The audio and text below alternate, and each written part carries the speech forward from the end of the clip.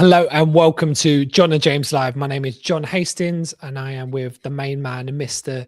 James Silo. And today, James, we're going to be talking about outreach, how we can improve outreach. It's a part of lead generation that a lot of people maybe don't really like that much. Would that be fair to say, James? Yeah, I think so, mate. I think so. I don't know that we're huge fans, are we? But it's a necessary evil. It's one of those things. It's part of the bag, isn't it? So you've got your sort of inbound, outbound, paid ads, and affiliates. There's a few ways to get your clients in, but leads gen through outreach it can be tricky in this market, especially if people are getting bombarded with emails. You've got to be able to stand out. But we're going to go through and give some examples of what we've done on the outbound, because we actually met. It was kind of like an outbound, wasn't it? So we caught up and we connected to do these lives. We're about 80 live shows in now. But was that an outreach, would you say, James? Or it was a message through a picture that was posted on LinkedIn and then we caught up. So I kind because that's it was organic, wasn't it? If that it's organic, yeah. If that's even organic. A thing, because I think I just saw a post that you put out and it was something like 10 ways to upset your wife, which was so random. And one of them was to grow a handlebar moustache. So I then immediately sent you a picture of me with a handlebar moustache for Movember. And the rest, Jonathan, is history, as they say. James Silo. That's very true. So today we're going to keep it short. We're going to keep it sharp. So I'm going to say, first of all, James, what we need to do in the outreach game is know who you are and be very clear on your social profiles. So check your own profile, make sure the headings are clear, what you do, who you do it for, banners, nice profile pitch. Don't put like a cut out picture of you from the 1970s that's pixelated and half cut off at the corners and no banner. It just looks like you don't care. Like, take a little bit of pride in your profile first of all. It's your shop front. It's your shop front, James. You're not going to go to the opera wearing a pair of jeans and trainers, are you? So People do though. No, James, don't tell me, please. It's really disappointing. It's really disappointing these days. Yeah. I think really you shouldn't be let in unless you're in a proper suit, like a morning suit, a lounge suit. No, I should say a lounge suit, not a morning suit. It's got to be dress up. Black tie. I think you shouldn't be allowed in Starbucks unless you're dressed to the nines. Well, somebody put a post out actually, interestingly, on LinkedIn about their 13-year-old son that is very much into Peaky Blinders. You commented on it. Yeah. And the fact that, he is unique. Debonair, dapper. He looks great. Fantastic. I'm with that. So first of all, outreach, sort yourself out. Don't look like an absolute scruff online. Brush your teeth, brush your hair, get your profile sorted. Make sure people know exactly who you are, what you do. Make sure your profile looks nice. You get the feature section. You've got the links that tell people what you do. You've got a bit of social cred on there as well. Maybe a website that people can find out more about you. Use capital letters. Make sure you're spelling, sometimes I'm a bit rubbish with the spelling side, but make sure that is up to date. So all the basics, get the right first of all. Would you agree, James, on that one? Yeah, I mean, I think going back to what you said right at the beginning, it's like, who even are you? What are you about? Who are you trying to reach? What's your message?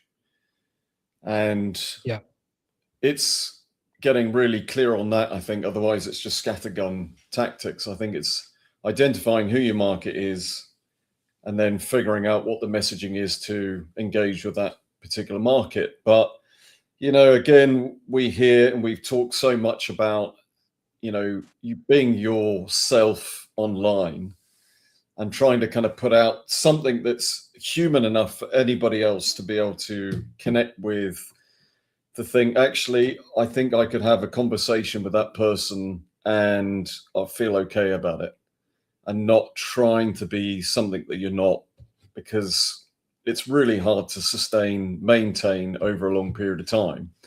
And I think of us doing these lives, it's very much about just relaxing, just being ourselves. If people engage with it, if they like it, great. If they don't, that's great.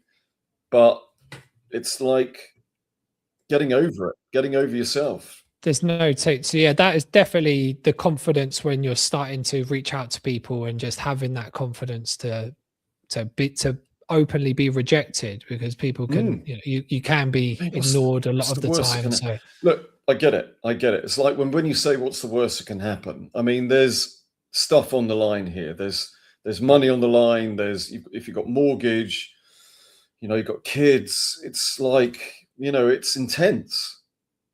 And we all get a little bit kind of bound up with that. And weird. And as soon as it comes to money and asking for money, depending on the individual, it can just get a bit strange. Yeah. And, the interactions that we have online can reflect that it's, we're going to move on to the whole kind of DM thing. But, is it automated? I know it's a numbers game. I understand it. I get it. But if you're on the receiving end of it, and it feels very much like a kind of generic thing that maybe AI has scraped your profile, it's picked up on a post that you've put out, and maybe it mentions something relevant to a post, and then it's a leading thing like, do you want to have a chat? I find it really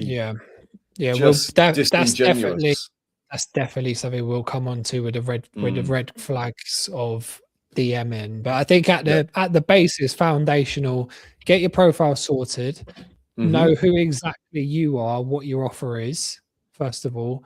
Then if you're exploring and you're going out to the market, then identify your core avatar, or the gatekeepers, or the key people in your industry, or people that you want to connect with. First of all, go into the search.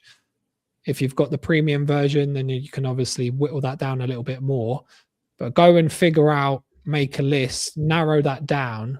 Otherwise, you're just going to be talking to random people. It's not really going to work. Yeah. So once you've got those two things out the way, you know who you are, you know the kind of people you want to talk to. Then it comes to, how do you go about talking to them? So, James, I think there's a few ways that we can go about this. There's just the general LinkedIn DM. I would say on that one, it's, for me, I've found it works quite well. I know it sounds a bit corny, but if you try and add value, don't ask people for anything on the first DM, and keep it short and introductory. I think that's for me. Would you say that's quite a good call, first of all, especially when you connect with somebody? I think so. If you can offer value, and it's a double-edged sword again, isn't it? Because you can think, well, okay, you're saying that, but what do you want in return? But I think if you can start off with something that's like, look, be honest up front, say, I'd like to do this for you. Okay, I'm not expecting anything in return, but it's just to get the conversation going. And maybe that looks like an audio message. Maybe it's a little video that you can do. Now, I know that doesn't necessarily scale, but depending on what you're trying to achieve, does it really need to scale? Do you need sort of hundreds and hundreds of these types of messages to go out? Yeah. Or like we said, have you identified who your key market is, who the people you really want to connect to, and then make it very personalized? So it could look like a video that you just say, hi, it's James. Been looking at your profile, and say something specific about them, and make like you've actually taken the time to look at their profile, to look at their website, understand really what it is they do, and how you can, as you said, add value. It's what am I offering? What am I saying that I can do for you that, and again, there's always going to be that situation where actually you're doing it for a reason.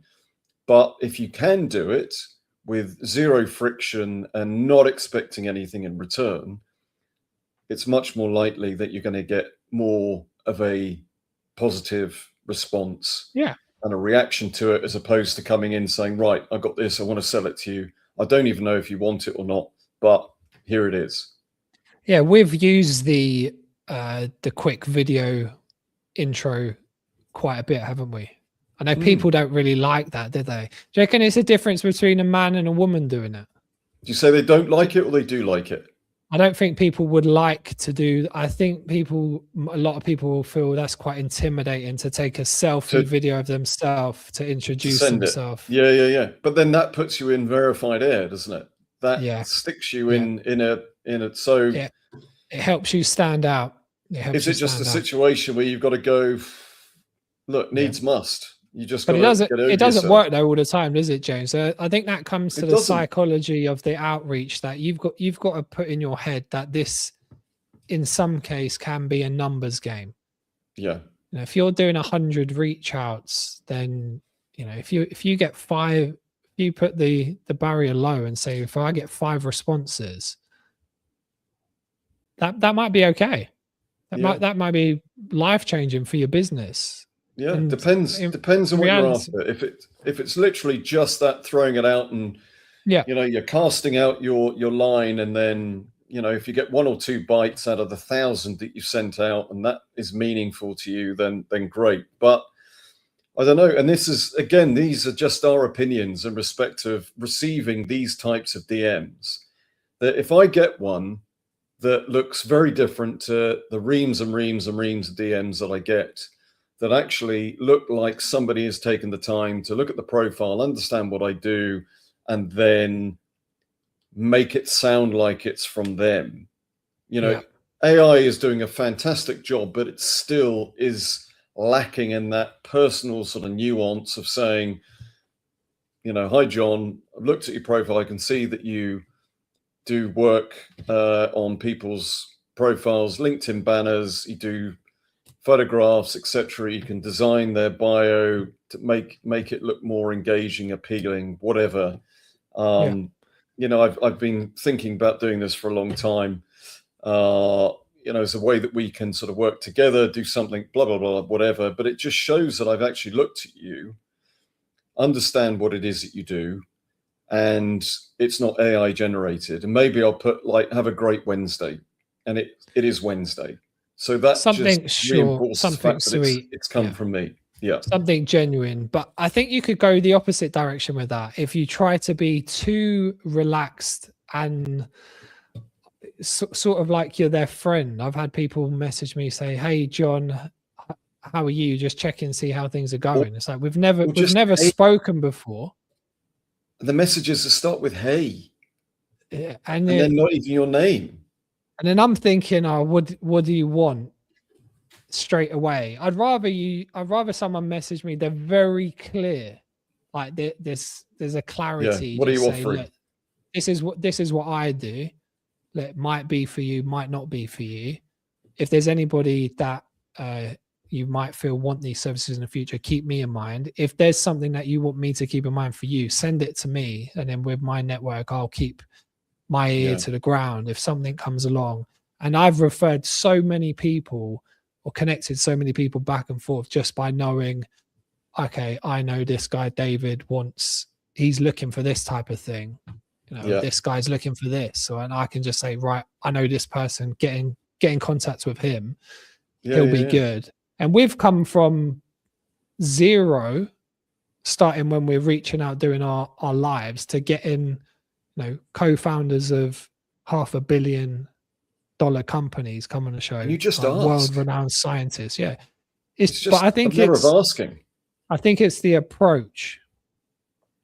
I think probably it is the type of message that you're sending them that's giving them that. What I find feeling really works, and it does actually, it has been a bit of introspection from me, is to actually be a bit humble around it and say, look, this is where we're at. Not trying to bullshit and say that you've got thousands of followers and you know, millions of viewers and things like that. It's like, you know, messages that I'd sent out saying, look, we're scrappy. We're just getting started, but we'd love to have a conversation with you. We think you've got a really interesting story. Cite something about that story that really interests you.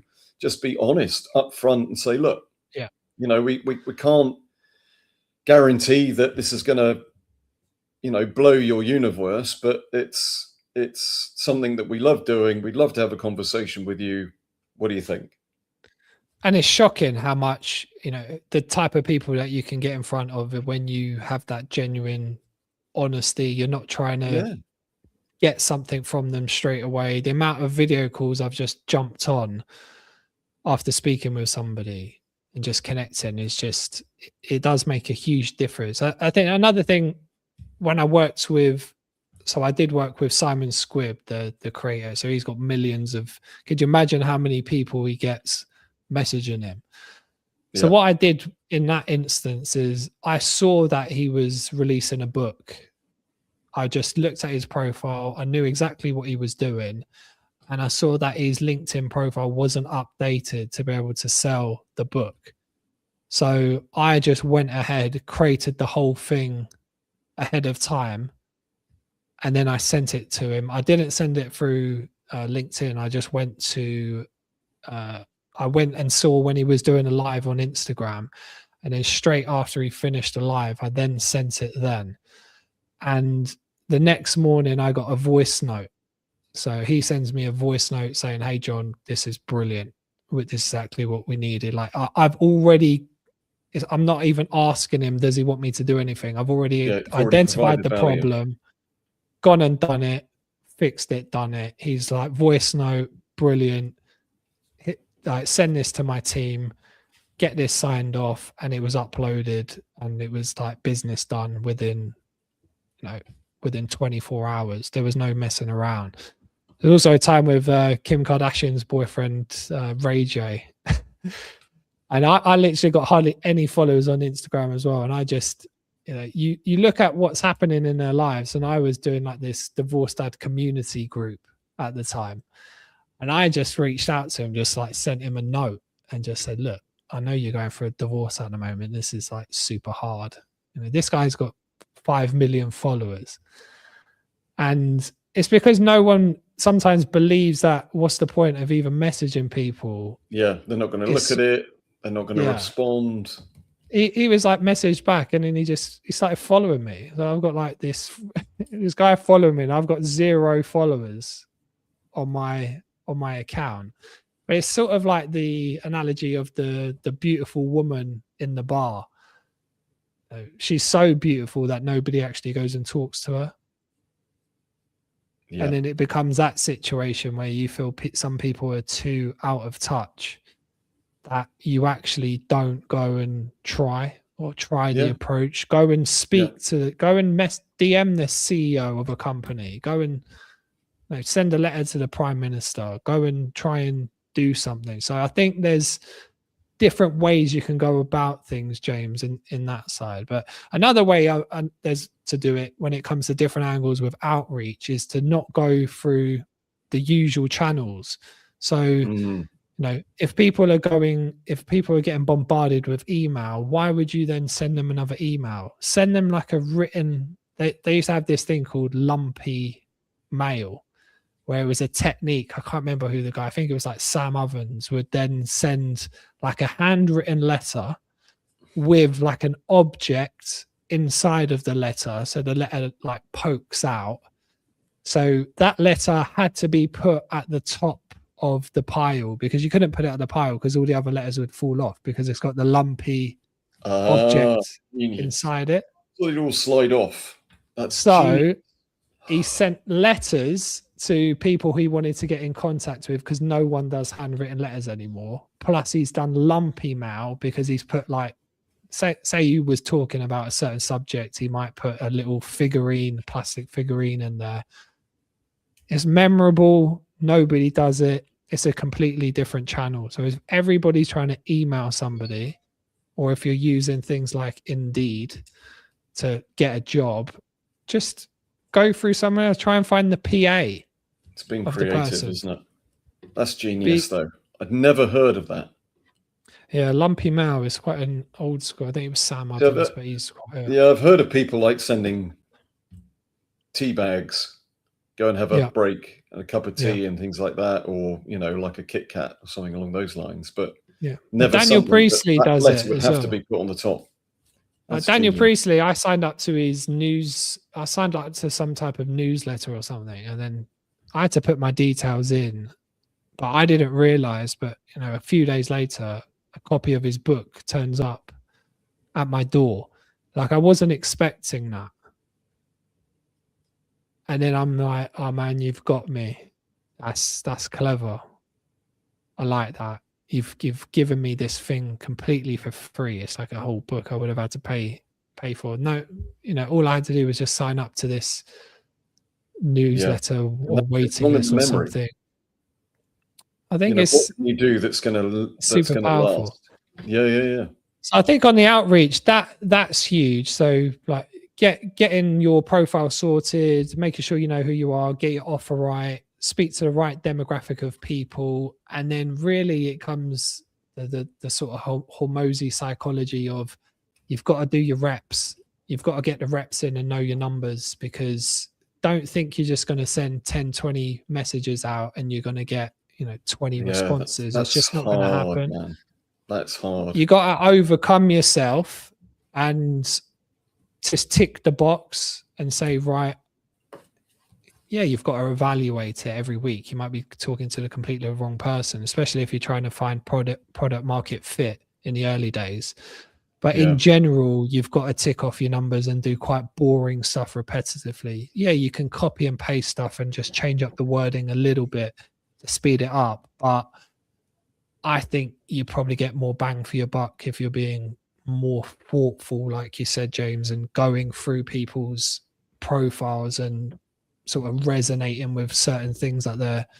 I think you can. I think you can increase your strike rate or hit rate, I should say, by doing that. I mean, if you are just thinking, okay, looking at the statistics here, that I need to send out 1,000 DMs to let's say 10 responses. So I know I've got to do that. I've got to get that 1,000 out. But what if those 1,000 DMs that were generic, that maybe somebody kind of thinks, well, yeah, that sounds like something for me. But if you sent out, let's say 300 or 500, so half of that, but made them very much tailored to the individual, would that increase your hit rate?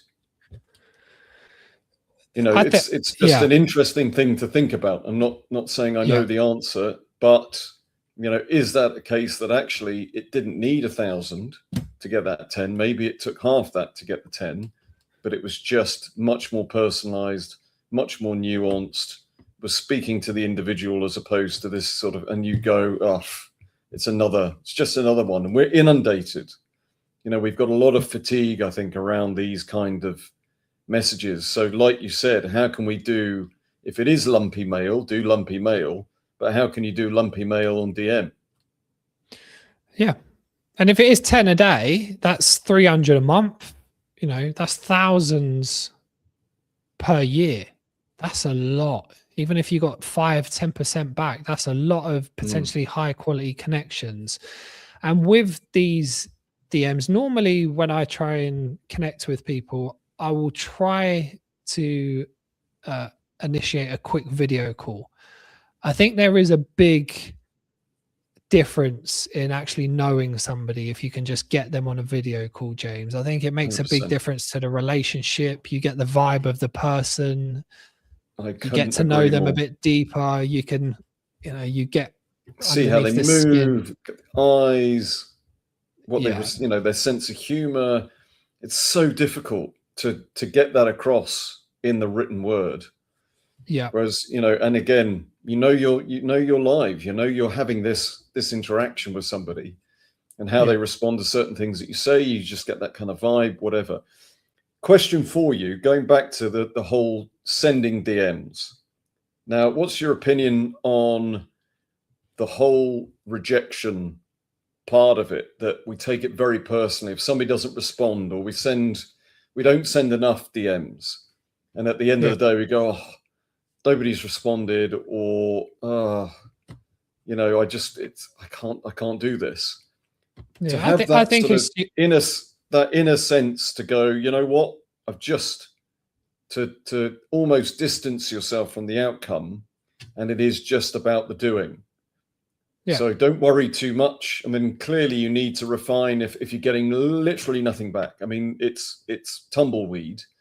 Then maybe you have to look at your messaging and refine it, change it, you know, whatever. But like, where is the point in which you say, you know what, it's not about me.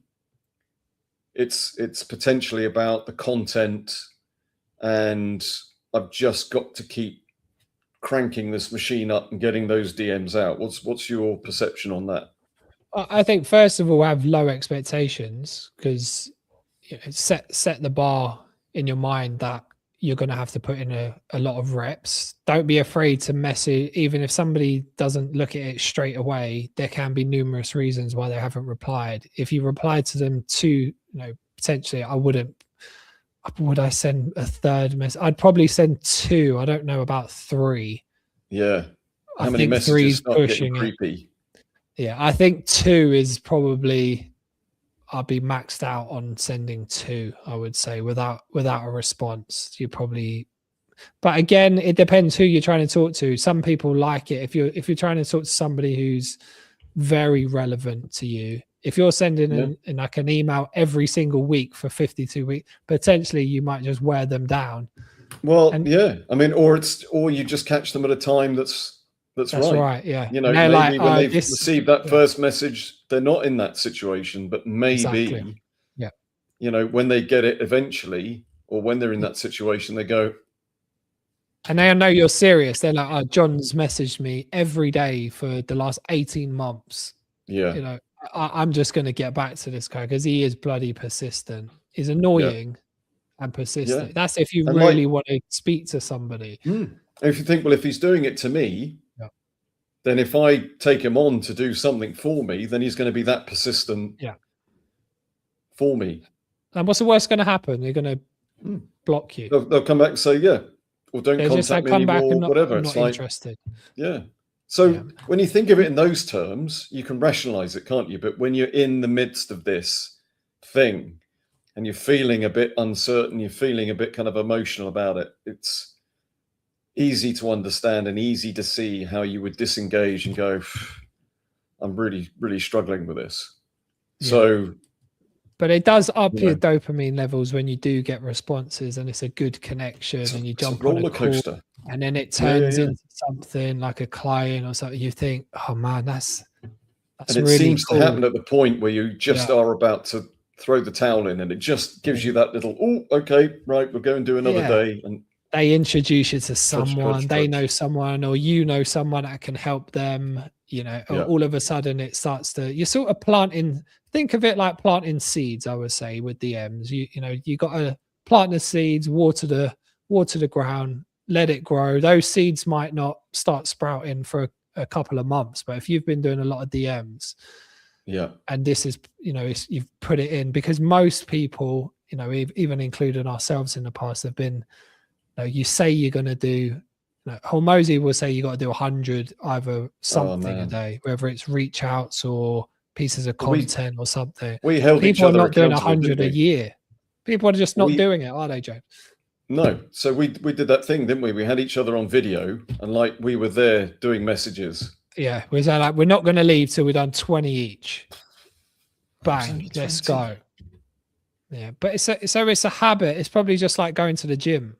So I would say a lot of people are not doing it. I don't think people are getting as many DMs as they would naturally think.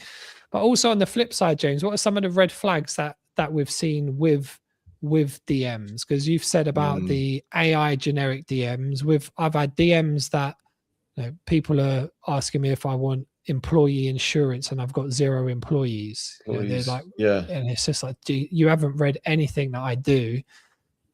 You know, take some serious interest. So I think like we've covered that part, but also the people that contact you, you have the courtesy to contact them back, and then they ghost you. I'm just like, because maybe it doesn't fit their criteria, so they've just basically ghosted you. It just doesn't look good. It's not. If somebody does that, I'm thinking, there's no way I'm going to refer this person on, because they're all about extraction. There's no value add. There's no reciprocity. There isn't, is there? But it's more about what I can get. And that just demonstrates, like, you've contacted me for business. You haven't liked the response because you think maybe I'm not the right client for you, but you've automatically shut that off and haven't responded. Yeah. And I think that's poor etiquette. Yeah. Yeah. And it gets me. It does get me. And then I start to go, well, we are all human, we're fallible, and it just might be an oversight. I mean, that's always a possibility. It's like, always a possibility. You forgot. The amount of messages I get back, so I'm really sorry, Joe, I thought I'd press send. I mean, like WhatsApp, they'd written the message out, they just hadn't sent it. And I get that quite a lot. And I'm kind of thinking, okay, is that just as an excuse, or is that actually a real thing that you could write out a message and just forget to send? I mean, maybe I've done that before. I couldn't say absolutely that I've done it, but that could be the case. So, I mean, there's that level of, and you never know where that interaction is going to go in the future, that all of a sudden it's, I mean, I told you about a message that I had the other day that I sent out a message to somebody in 2023.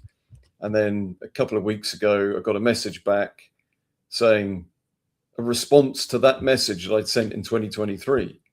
Sure. Almost like, those years hadn't gone by, that they'd sort of seen it, or they'd been going back through their address book or something like that, and then responded to me, which was kind of weird. I mean, it's just random, but you just never know. Because you never know. If you're low on their priority list, or your actual services don't really align, that's probably sometimes where those communication, the communication can break down, because it's like, we're not really, we're sort of being friendly, but there is no really congruency between who we are or what we're doing. The value add is not really there, so you just fall down the priority list. So I can see why that happens. And I think, like, you can do more damage by not responding and not following up. I mean, if you've provided value for them on their request, if you've had that conversation, you've then provided value, and then nothing after that, then that'll do more damage to that relationship than having never sent the message to begin with. So, there's a responsibility there, that if you do that, if you start the conversation, to at least bring it to a satisfactory conclusion, that it's not just then left hanging in the air, because you go, well, that was a waste of time, wasn't it? You're right, Jay. I think that's a great point. There is like an etiquette of outreach, and I think I was just having a conversation with a friend of mine before we went on, just to ask him. He's like a master networker, just saying about the lack of or poor communication maybe over the decades, and why it is. There's all different reasons in there. The social media side, people texting more, people not being as much face to face. But I'm definitely seeing that the bar is so low when it comes to communication. It's like the EQ hasn't been developed, or that part of the brain, even for older generations, hasn't been used on a regular basis. So even just acknowledging a message and setting an expectation, hi, all received, thank you, I will get back to you on Tuesday between 9 and 10, done. Set the expectation, leave it there. It takes 2 minutes. If you're turning off like blue flags on your WhatsApp, all it's saying to me is a red flag that you can't manage communication. It's inefficient. There's no boundary setting. And maybe you've had people that are just contacting you willy-nilly in the past, but you haven't set the expectation. So it's an inability to communicate, because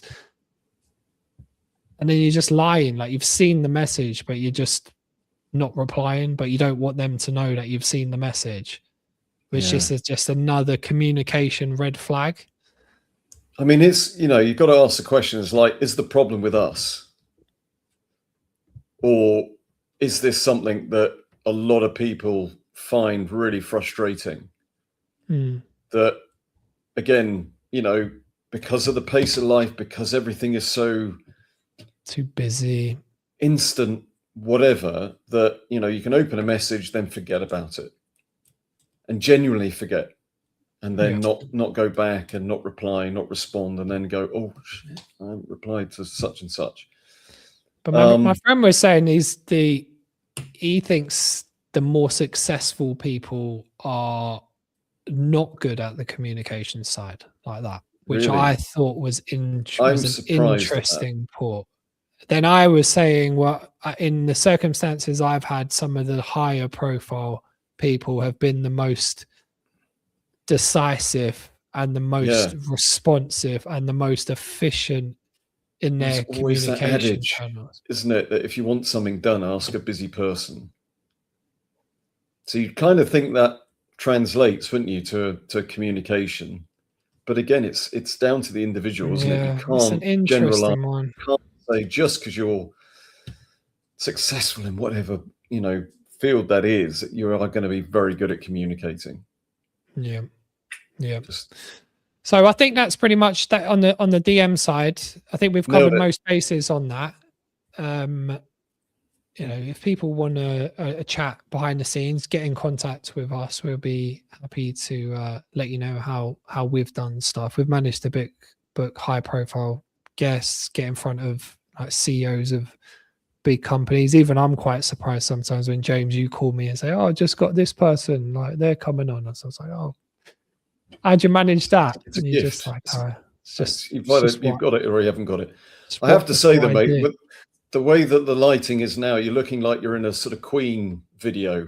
Yeah, I know. I had to put my phone on here. It's Bohemian Rhapsody. You just see my teeth for the moment, isn't it?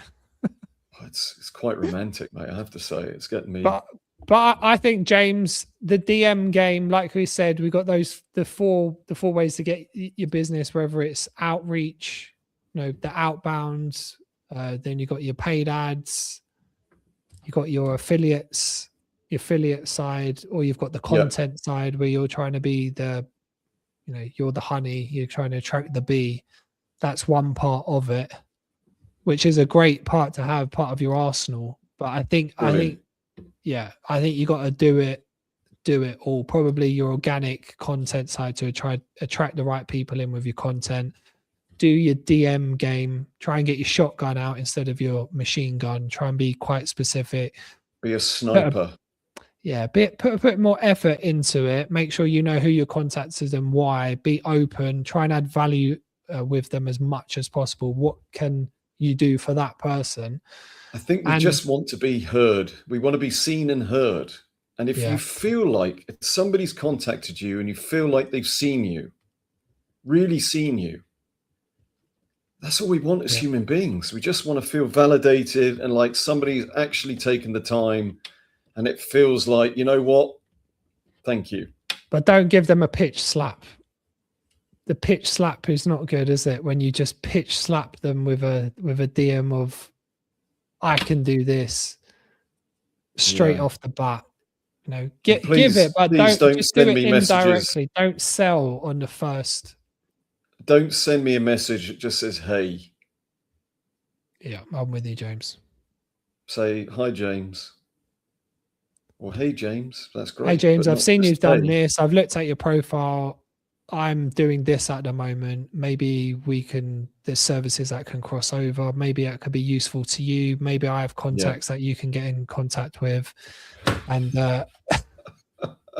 Skillbrain says, hey. Skillbrain says, hey. All right, you're blocked. Skillbrain Media, you're blocked. Dude, what is that all about though? Is it a generational thing? I mean, maybe I'm just old. Maybe it's just that I'm old.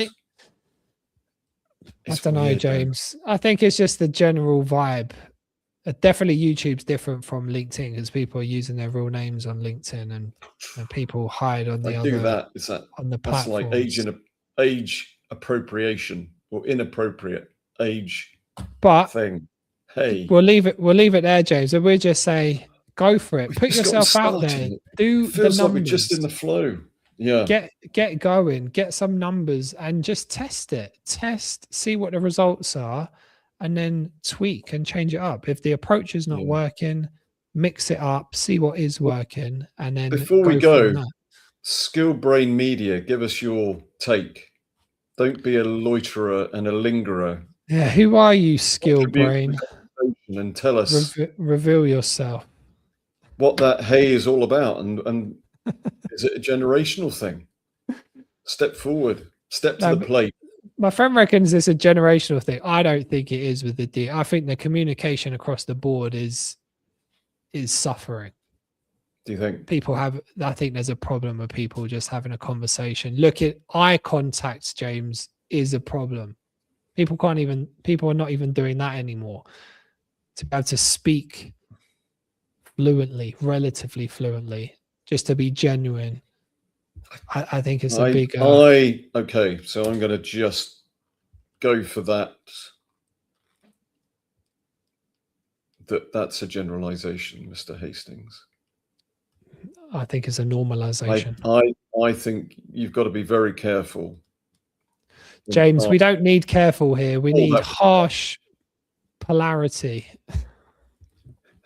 Polarizing views. Literally nobody can make eye contact anymore. Yeah, it's just the English language has gone to shit. It's gone. Everything's extreme. Oh, that's what. We'll leave it there, James, because I'm going to be in the dark in a minute. I should have put the lights on. It really has changed because we've changed the times now. So it's do a couple of Scaramouches for me. We're doing Scaramouche. Okay, guys, thank you very much for watching. DM us. Test the DM with us. DM me. Let's test the model, especially you, Skill Brain Media. Yeah, I'm definitely not. I see you. I see. Don't ghost people. Ghosting as well. What is it with the ghost? No. Full support. Yeah, don't ghost people. That's a big one, I think. Yeah. Okay. Yeah. But don't send messages that are terrible and expect people to reply. If you're trying to pitch somebody and you've got nothing to do with their services, I am probably going to ghost.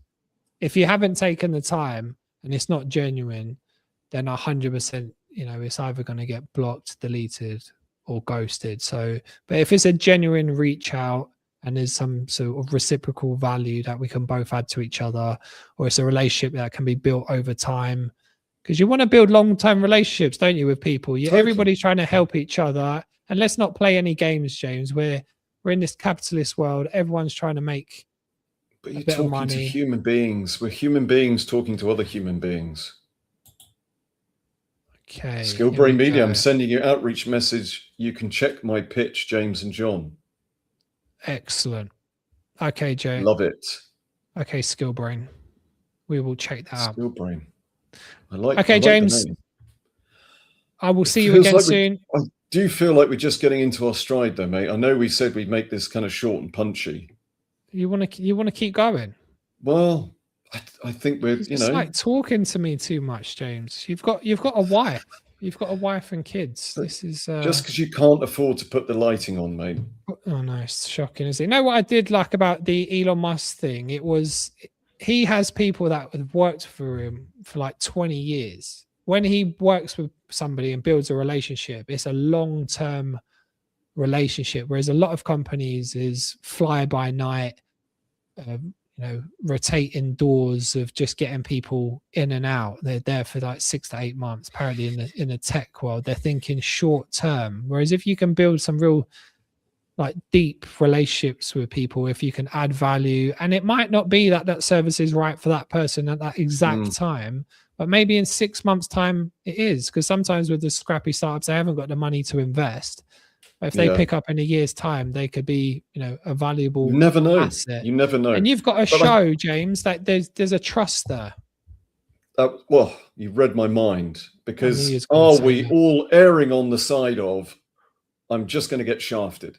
Somebody's out to get me.